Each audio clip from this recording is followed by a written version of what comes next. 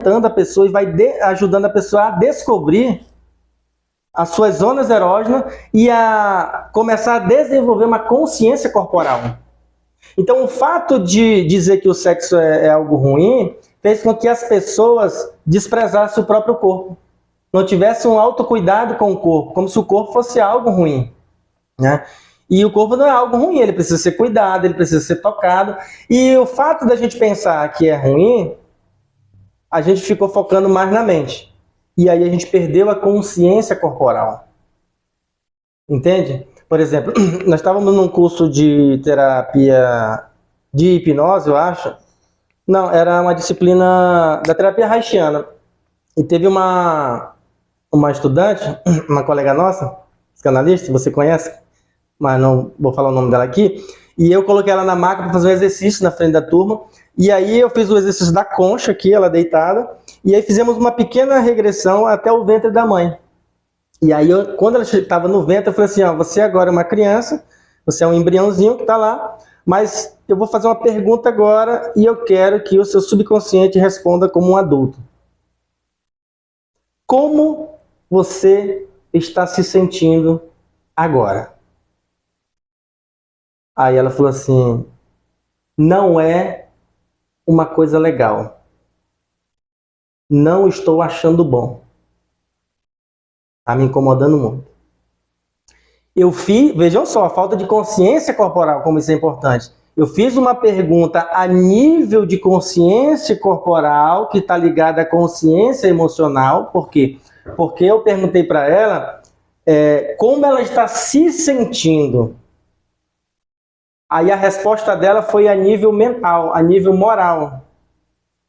Ela falou que não é uma situação boa, não é uma situação legal. Então ela respondeu do ponto de vista mental, do julgamento, e não do ponto de vista emocional, de como ela estava se sentindo. E aí eu falei para ela, essa não foi a pergunta, e toquei nela. O que você está sentindo agora? Não estou sentindo nada. E aí eu toquei de novo, fiz um outro movimento. Como é que está sentindo aqui? Agora está mudando. E aqui? Agora eu estou gostando.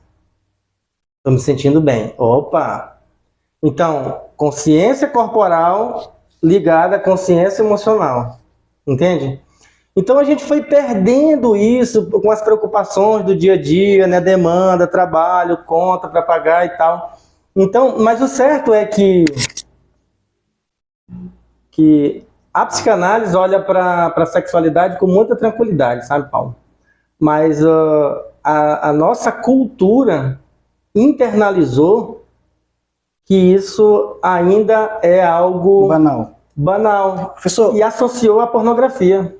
Qual a relação do Freud com as histéricas que eram mantidas em hospício?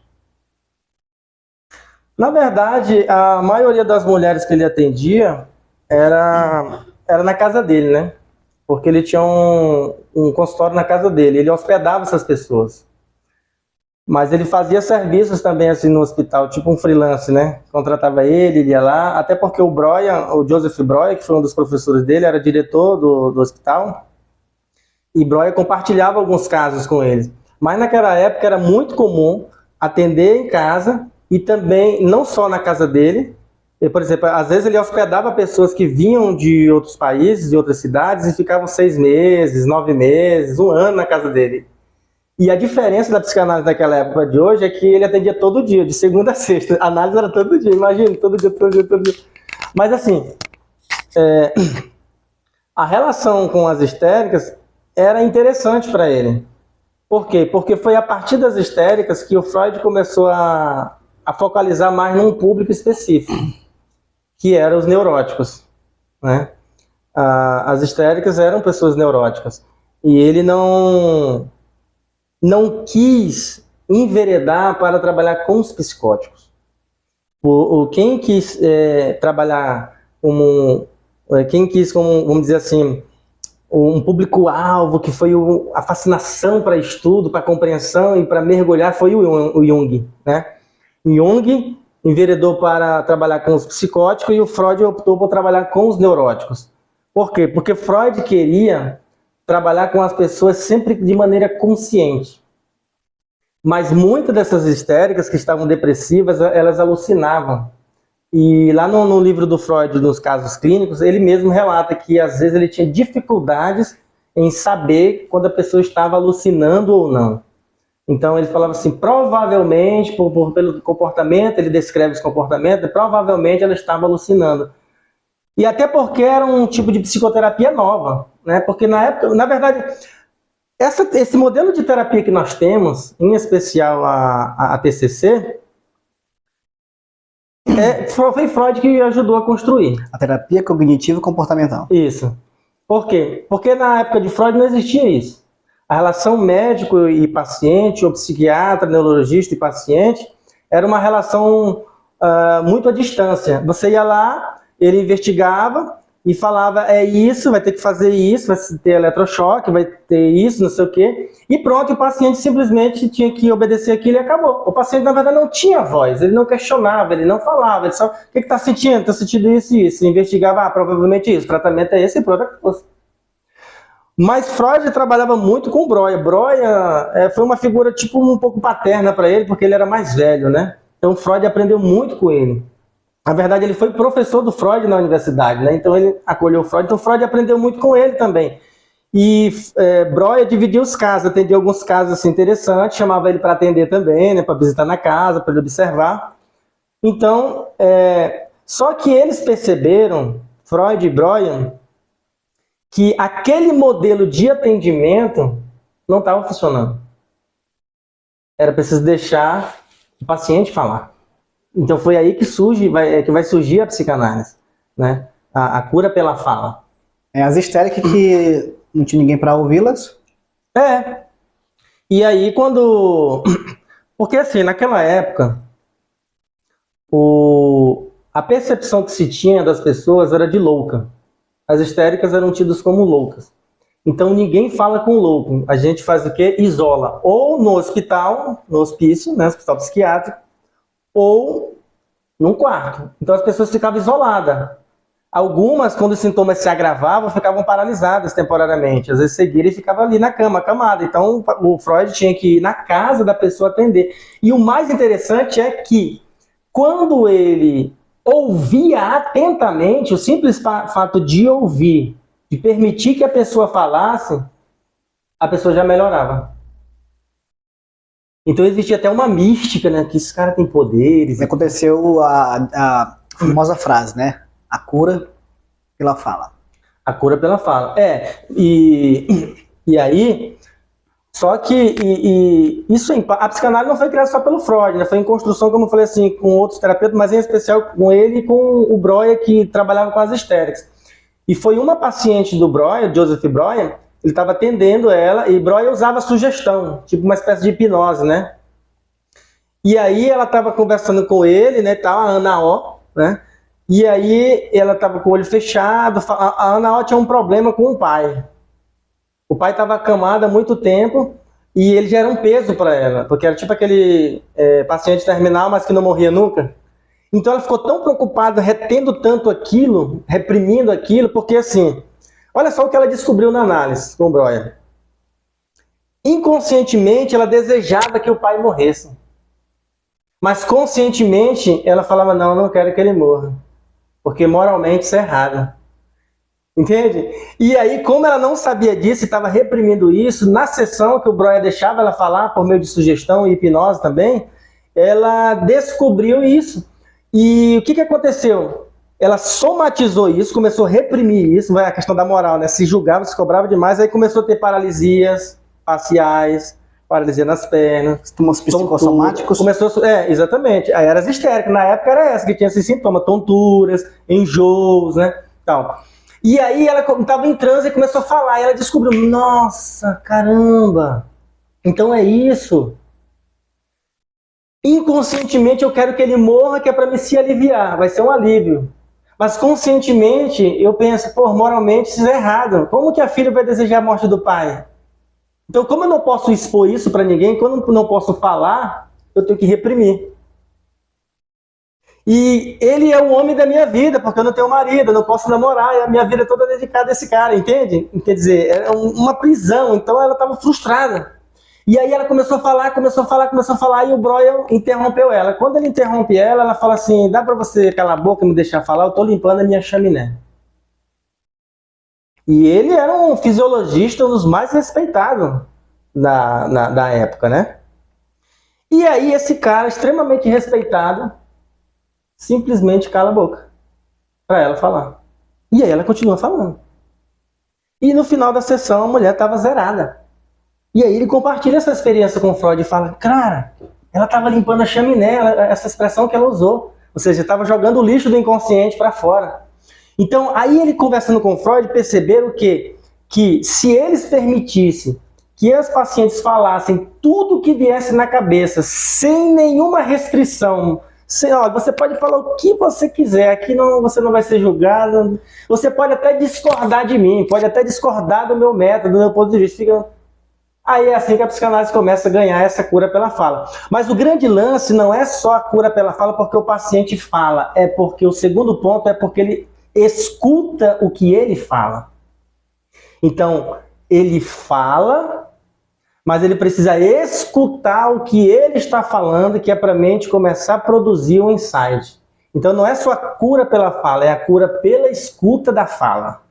Então, ao falar, ao me escutar, eu me percebo como um sujeito. E aí a cura começa a acontecer, porque toda aquela energia represada começa a sair porque eu começo a compreender, começa a vir um entendimento. Entende? Então não é o analista só que escuta.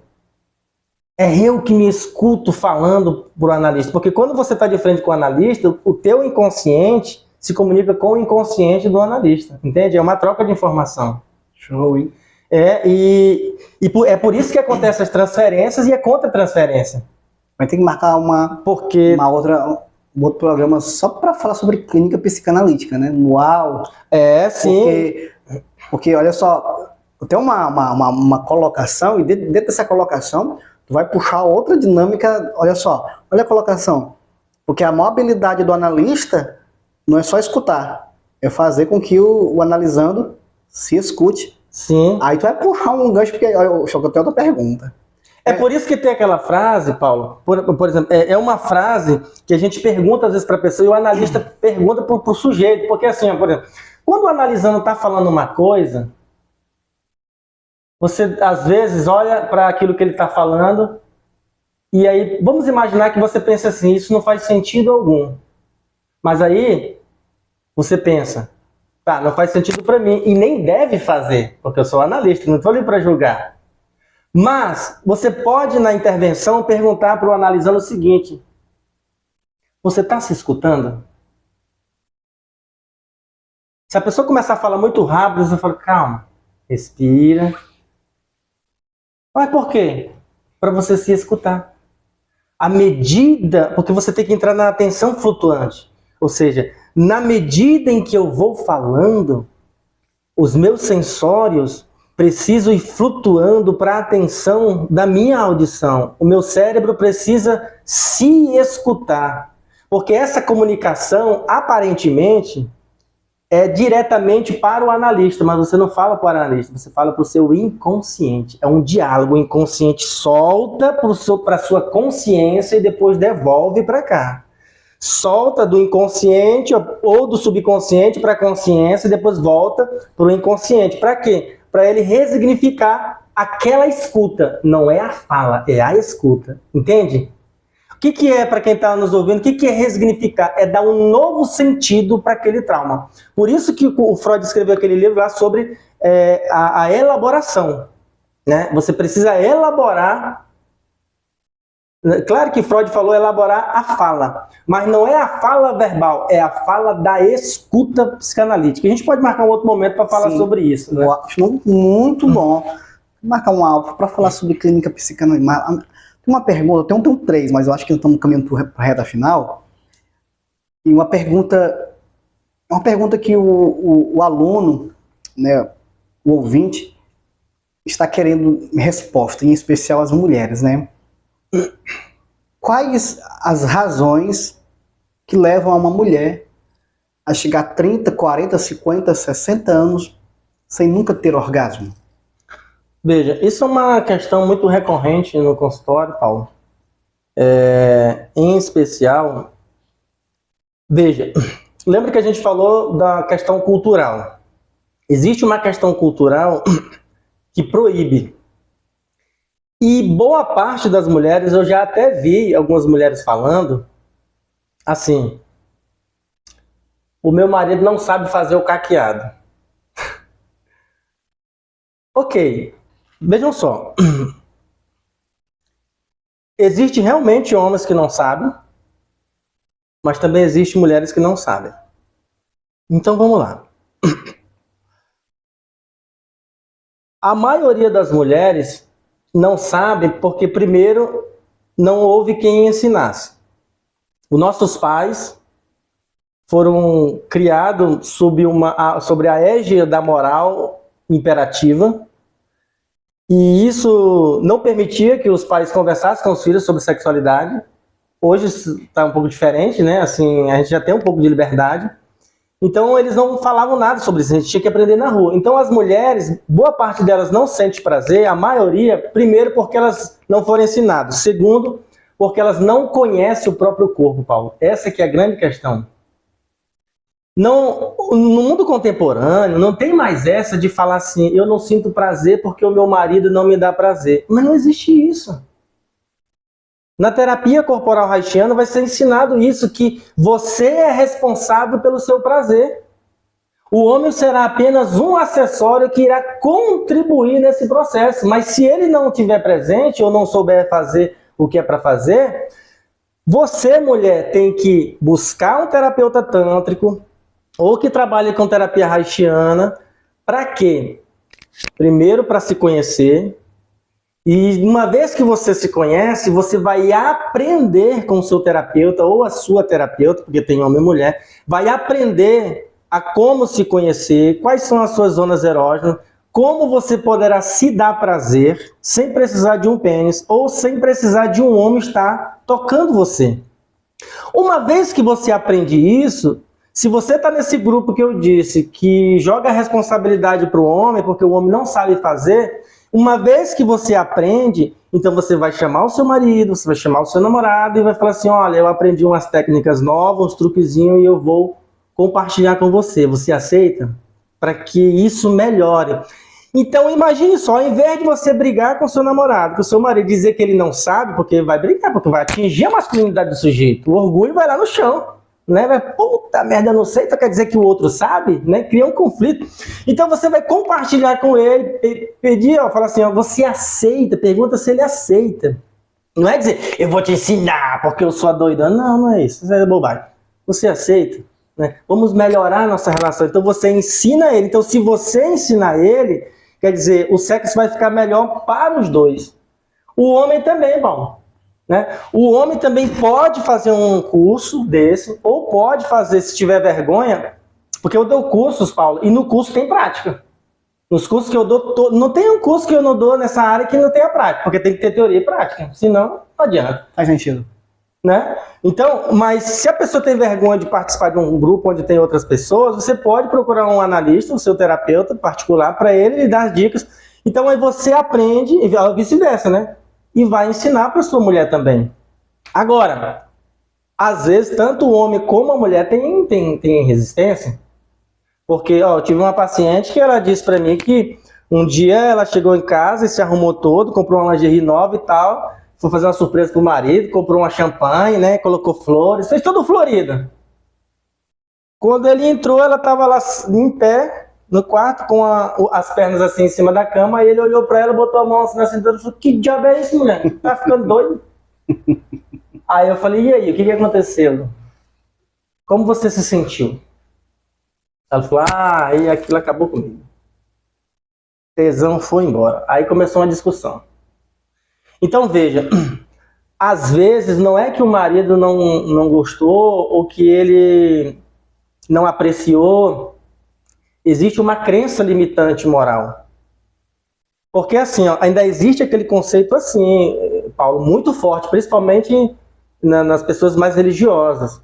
Por exemplo, a puta tem que ser a mulher da rua. A mulher da rua é do caralho, entendeu?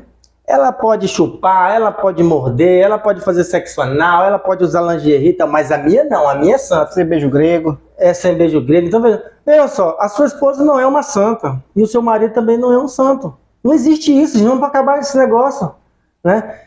O que as pessoas... Vamos falar rapidinho esse conceito de santidade, né? As pessoas acham que santidade é uma coisa muito pura. A palavra santidade significa só separado, é só isso. Quando falo fulano é santo, quer dizer só que ele está separado de algum grupo, de algum segmento, de alguma coisa. Então, se você quer ser santo no seu casamento, ótimo, você está separado de outros homens para ficar fixo só com o seu esposo. Então você pode namorar com ele, fazer tudo o que você quiser com ele e vocês dois serem felizes. Agora, se está faltando habilidade, nesse momento entra um terapeuta para auxiliar nesse processo, mas não é o terapeuta que vai dizer o que você tem que fazer. Ele vai ter uma triagem para vocês se descobrirem como é que vocês gostam, como você sente prazer, né? Onde você gosta de ser tocado, quais posições preferidas, né? Como o homem gosta mais, como a mulher gosta mais. Tem toda uma parte pedagógica nisso, entende? Agora, se não fosse para a gente ter prazer, Deus não tinha criado, entende? O sexo é uma coisa santa. Inclusive, para aquelas pessoas que acham que o sexo é uma coisa ruim, eu vou dar até uma dica para você. Quando você for transar, se você que é religioso, você pode chamar o seu guia espiritual, você pode chamar Jesus para fazer parte desse processo, porque é um processo de prazer. Agora, se for fazer um sexo que é um sexo meia boca, aí não chame não. Por que eu estou falando chamar Jesus para esse momento de prazer? Porque a pessoa, São Paulo, quando a gente vai para a festa, a gente não chama Jesus nem Espírito Santo. Quando a gente vai para uma churrascada, né? Quando a gente vai para um retiro, quando vai para o piseiro, a gente nunca chama. Mas quando está numa provação desgraçada, Senhor, vem comigo. Não, pera lá. Então, o sexo é uma coisa boa, né? Isso é tão poderoso que tem o poder de criar uma outra vida, né?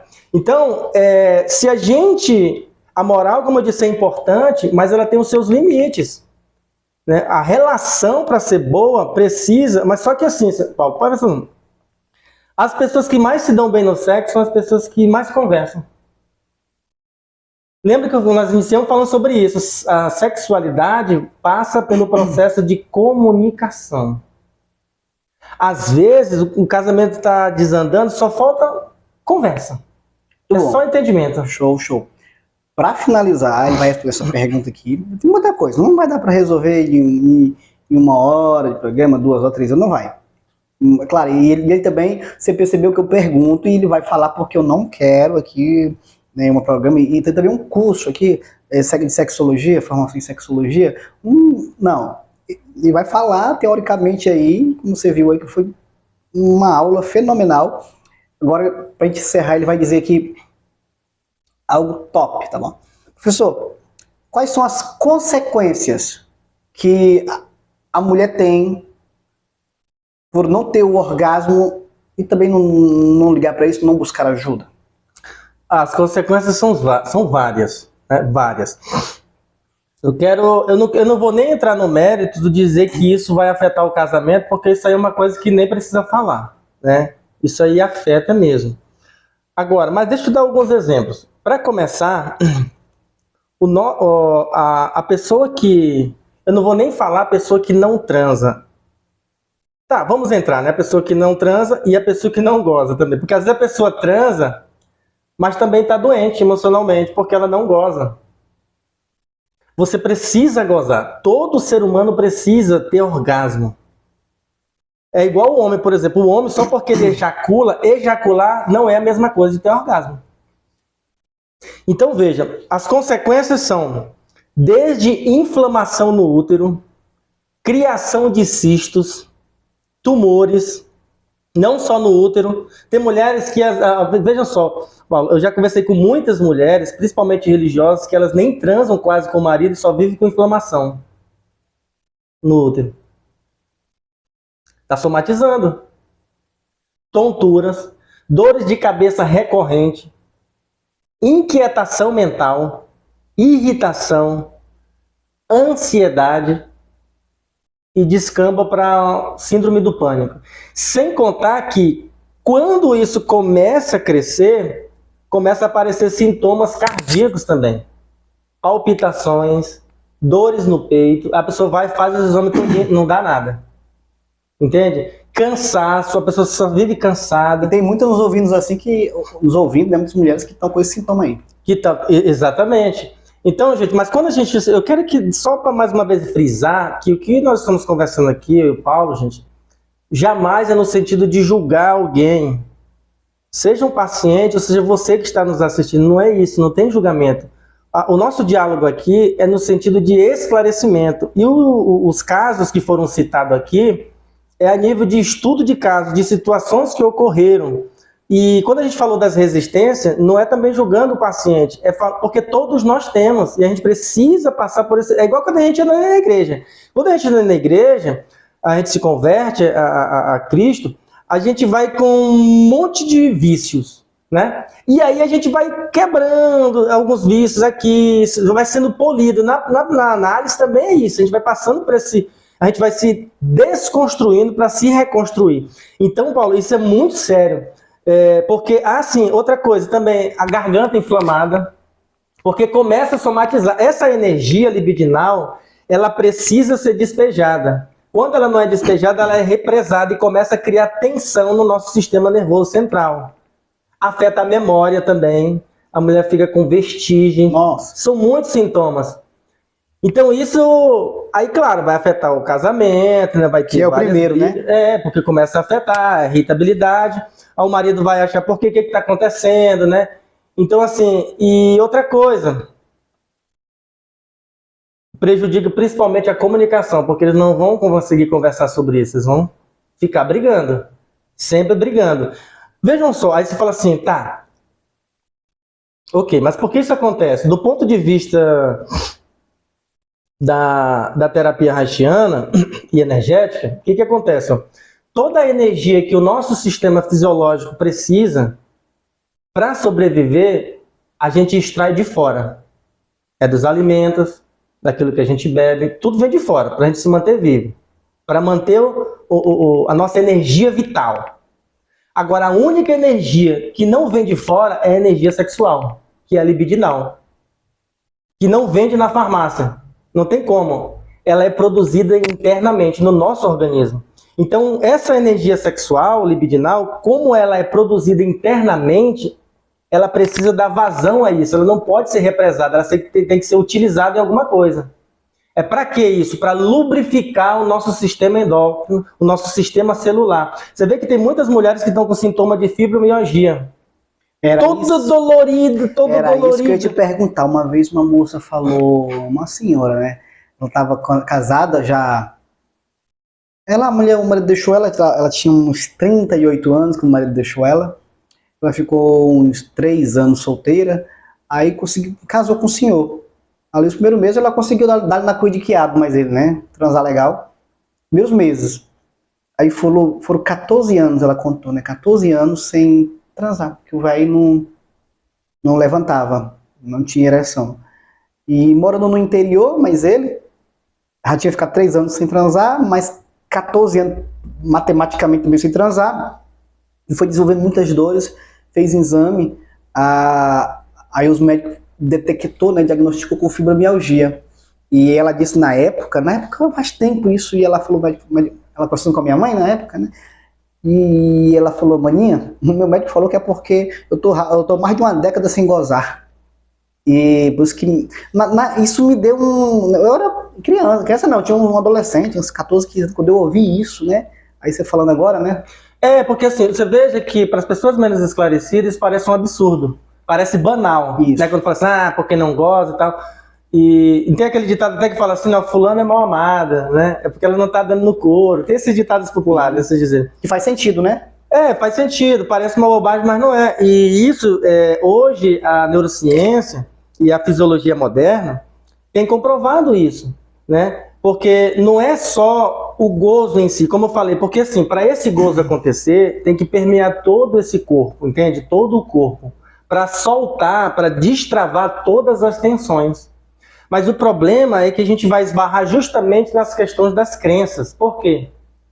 Porque muitas pessoas acham que quando o terapeuta vai tocar nela, já é com segundas intenções. Então já associa a sexualidade. Na sexualidade não, já associa ao sexo, né? Não, esse cara e tal. Mas não tem a ver com isso. Eu sei que já houve casos de, né, mal entendidos, mas vejam só, o tratamento é justamente para produzir esse gozo. Então, se essa energia que é produzida, se ela represa, ela não é utilizada, ela vai se transformar em doença. Alguma coisa... Por quê? Por que isso acontece? Porque as nossas células ficam inflamadas de tanta tensão, Paulo. Aí elas ficam inflamadas, viram feridas, às vezes geram tumores, saem tumores pelo corpo. Às vezes a pessoa começa a secretar, não só pelas axilas, mas até pelo suor, aquele suor meio fedido, né? Assim, um odor muito intenso. Então são vários os sintomas. Por exemplo, muitas mulheres estão pegando até, hoje em dia, até diagnóstico de fibromialgia, dores pelo corpo todo. São as novas histéricas. E se você perguntar do ponto de vista da ciência, não existe uma causa genética. Não. Então, do ponto de vista da terapia psicofísica espiritual, a fibromialgia, ela é emocional. A causa dela é emocional. Então, veja, eu já tratei várias pacientes que não conseguiam ficar um dia sem sentir dor, e com esse modelo de terapia emocional, psicofísica e energética, dá para você fazer um adestramento no sistema celular do sujeito, e um trabalho de limpeza energética para alinhar os chakras, começando pelo chakra coronário, porque nós temos, cada um dos chakras, são 7 principais, né? São milhares, mas nós temos 7 principais.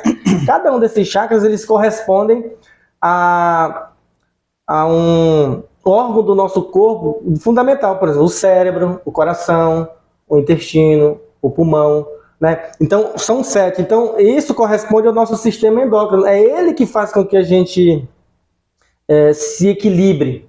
Mas veja que a pessoa que não goza fica com a imunidade baixa, porque o sistema está em desequilíbrio. E as pessoas acham que o problema emocional é só devido ao mental. Não, se você está sofrendo psicicamente, com certeza você está com energia represada aqui no peito, no coração, que é o centro das emoções. E a emoção vem da onde? A emoção não vem da mente, ela vem da nossa fisiologia. Porque os nossos neurônios que produzem emoções. Eles produzem e eles congelam. Muitas pessoas acham que não gostam mais do marido, Paulo. Muitos maridos acham que não gostam das mulheres, porque estão com Freud usava a emoção represada. Eu uso o termo congelado, que é os zumbis. Eu uso uma linguagem assim coloquial, dizendo que são os zumbis. O que é um zumbi? É uma pessoa que não consegue mais sentir emoção. Ela não tem consciência emocional. Ou seja, ela é uma pessoa que vive a vida dela, ela trabalha, ela estuda, ela cuida dos filhos, mas ela nem é alegre e nem é triste. Ela só fica aqui nessa zona. Se ela recebe um presente, tá tudo bem. Se ela recebe um prejuízo, entende? Ele é um verdadeiro zumbi. E o zumbi é o quê? Quando a gente assiste os filmes, o que a gente vê? Qual é a maior característica do zumbi? Ele é um morto-vivo. Mas quando você trabalha as suas emoções, o seu corpo começa a produzir vitalidade. E aí você vibra, entende? Por exemplo, quando tu dá palestra, né, quando tu escreve teus livros, quando tu faz tuas coisas, tu te conhece há um bom tempo. Então é um cara que vibra. Até na faculdade, na época, que a gente brincava, né, o Paulo é o melhor aluno e tal. Até para discutir com o professor, tu vibrava, entende? Isso é vitalidade interna. Mas tem pessoas que até para brigar ele não consegue reagir. Ele está preso, sabe? Ele está sem vida. Mas Jesus disse o quê? Se você acreditar em mim, se você fizer por onde, vai fluir um rio de água viva dentro de você. O que é o rio? O que é a água? A representação judaica? Vida. Vida em abundância. Vitalidade. O que é vitalidade? É ter prazer nas coisas que eu faço. A pessoa fala assim, tá, mas eu não sei, o meu talento, né? Não, o nosso talento, o nosso propósito é fazer aquilo que a gente nasceu para fazer. Tá, como que eu vou saber? Quando você faz uma coisa que o seu coração vibra, pulsa. Então essa é a sua missão, aí você tem que ir em frente. Não precisa ninguém falar para você, entendeu? Teu coração vibrou, né? O teu corpo, só de falar nisso, por quê? Eu sou uma pessoa que trabalha com a comunicação. Então me comunicar faz o meu coração vibrar. Mas tem pessoas que tá no supermercado é o que ele gosta, ele nasceu para fazer aquilo. Tem pessoa que é para ser funcionário público, Tem pessoas que é para ser professor, entende? Tem pessoas que é para cuidar de filhos. Não tem nenhum problema nisso. Se você nasceu para isso, se teu coração vibra, você é feliz fazendo isso, então vai em frente. Uau! Isso é legal. Né? Show! Gente, eu falei que a aula ia ser pesada, uma aula top. Já tá com mais de hora aí, né, Nani? A produção diz aqui que nós estamos com 1h25. Eita! Olha, e eu confesso para vocês aqui, né? Foi só uma introdução hoje, né? Foi apenas um ensaio, né? Apenas um ensaio de muita coisa. Gente, eu vou externar logo o convite para ele aqui. Eu quero falar, já não é minha praia, sexualidade na perspectiva psicofísico espiritual, e também o que é que o chakra fala a respeito da sexualidade, né? Externar o convite para estar falando sobre isso aí, porque também vai ser algo, eu trabalho, eu sou terapeuta sexual, mas aqui já é muito mais amplo, né, questão dos chakras, do psicofísico espiritual, muito mais amplo, né? Isso. Isso porque assim, na verdade eu já estudava isso, e principalmente eu comecei a me aproximar também porque eu sou instrutor de yoga, né? Eu tenho uma especialização em yoga e docência e prática da meditação, tanto que eu até desenvolvo um projeto nas escolas com as crianças, né? E eu recomendo, na verdade eu passo exercício para os pacientes. Sexualidade da perspectiva da yoga também vamos falar, né? Exatamente.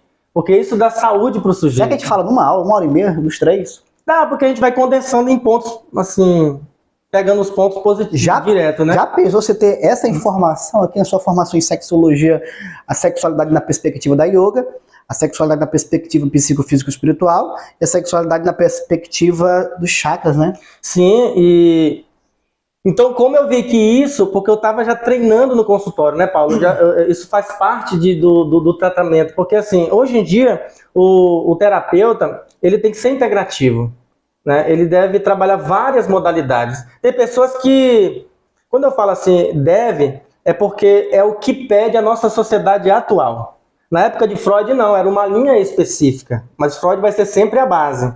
Tanto que a própria neurociência está concordando aí com um monte de coisa que Freud falou que nem existia naquela época de neurociência, né? Só na cocaína mesmo. Ele tinha uns insights, ficava muito louco e descobrindo. Então, veja. E aí eu comecei a passar esses exercícios, vários exercícios de yoga, não só resolveu questões sexuais, de libido, como de depressão, de várias coisas.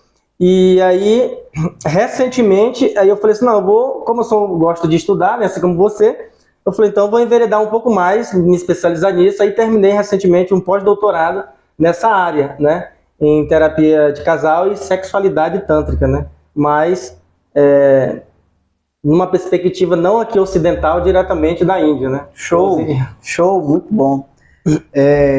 Para quem não sabe, eu falei tudo isso pro professor, ele foi meu mentor, meu instrutor, meu terapeuta, e o que me tornou psicanalista clínico. Foi ele que foi todo o responsável por isso, e ele também foi meu professor na faculdade, né? E ali onde foi que tudo começou, nas nossas arengas ali ideológicas, ali, né? Arenga construtiva, arenga boa mesmo, né? Então, que o convite já está externado aqui para a gente trabalhar isso, para ver, e para mim vai ser, não só para o aluno, mas para mim também vai ser algo bem desafiador, que vai me obrigar a ir também a estudar isso. Porque são a sexualidade da perspectiva da yoga, do psicofísico espiritual, do chakra, tudo isso aí. Vai ser algo muito bom, muito top, porque você precisa conhecer. Como sexólogo, você vê que eu sou terapeuta sexual, né? E mesmo assim, ainda não tenho um conhecimento amplo, bem superficial, bem diminutivo mesmo, né? E vai ser uma aula fenomenal. Eu acho que terminei o convite aqui, só preciso conseguir trazer ele aqui de novo, que olha só, a gente ficou negociando a semana toda, terça não dá, quarta não dá, quinta noite ele teve que ir um compromisso, e hoje, na sexta noite, ele esteve aqui para nos ofertar, aqui, nos abrilhantar com essa aula. Para mim, assim, uma das maiores autoridades, assim, eu falo isso sem demagogia, por onde eu passo eu falo. E uma das coisas que eu sou, eu sou um cara bem desprovido de muita coisa, mas uma coisa que eu sou grato. E eu sou grato a você, professor. Eu acho que tudo que aconteceu na minha vida hoje, primeiramente a Deus, mas aqui na Terra, eu sou grato ao Dr. Eliseu por ter me tornado um terapeuta, não só um terapeuta, mas um terapeuta reconhecido. Um terapeuta, assim, que bem procurado. Bem procurado. Não, eu não divulgo meu trabalho. Não divulgo que sou terapeuta, mas não divulgo. Quer dizer, a gente tem nossas publicações, né, nosso trabalho e tudo, mas eu não divulgo. O pessoal vem atrás, né, indicação ali. O Eliseu teve muita paciência para me treinar, mas foi... eu me sinto privilegiado que eu tive um treinamento mais, assim, minucioso, mano a mano, olho no olho ali. Acho que, não sei se é porque a gente mora perto, né? Mora perto, mas assim, eu creio que Deus pegou Eliseu e colocou para mim, treina aquele miserável, careca, miserável ali. Treina ele, que tá perdidinho, treina ele, que eu tenho um negócio para ele. E ali, o Eliseu me treinou, me tornou um psicoterapeuta aí, e hoje eu sou grato. Uma coisa que eu sou grato, por onde eu passo, eu tenho falado de ti. Eu falo. Eu agradeço, Paulo. Eu sou eternamente grato mesmo, onde eu estiver, eu sou grato. Para mim, eu não tenho, sem demagogia alguma, eu não tô ganhando nada para falar isso. Né? Nada, mas eu não tenho palavra para agradecer o que você fez por mim, por ter me treinado e me tornado um psicanalista clínico aqui no estado do Acre. Obrigado. Nada, eu que agradeço, meu querido, eu que agradeço pela consideração, mas deixa eu falar uma coisa para vocês. Ele está exagerando, né, assim, porque na verdade eu não fiz muita coisa por ele, e eu acho que isso deve servir também para o nosso aprendizado, porque o Paulo sempre foi estudioso, o cara, ele sempre foi curioso, ele sempre quis saber. Ele sempre foi pesquisador. Então, veja, eu apenas apontei o caminho para ele. Vejam só. Você pode estudar em Harvard, mas se você não for dedicado, não vai adiantar. Então, eu só apontei o caminho para o Paulo, e o Paulo é um cara que não tem medo de perguntar, ele não tem medo de receber não, e ele insiste, quando ele quer, ele corre atrás, entende? Então, eu apontei o caminho e ele se formou. E continua no processo de formação e de construção, porque a gente não para nunca de estudar, né? Então, mas eu que agradeço pelo convite, tá, Paulo? E para finalizar, eu quero deixar aqui, responder uma pergunta que muitas pessoas perguntam. O terapeuta cura?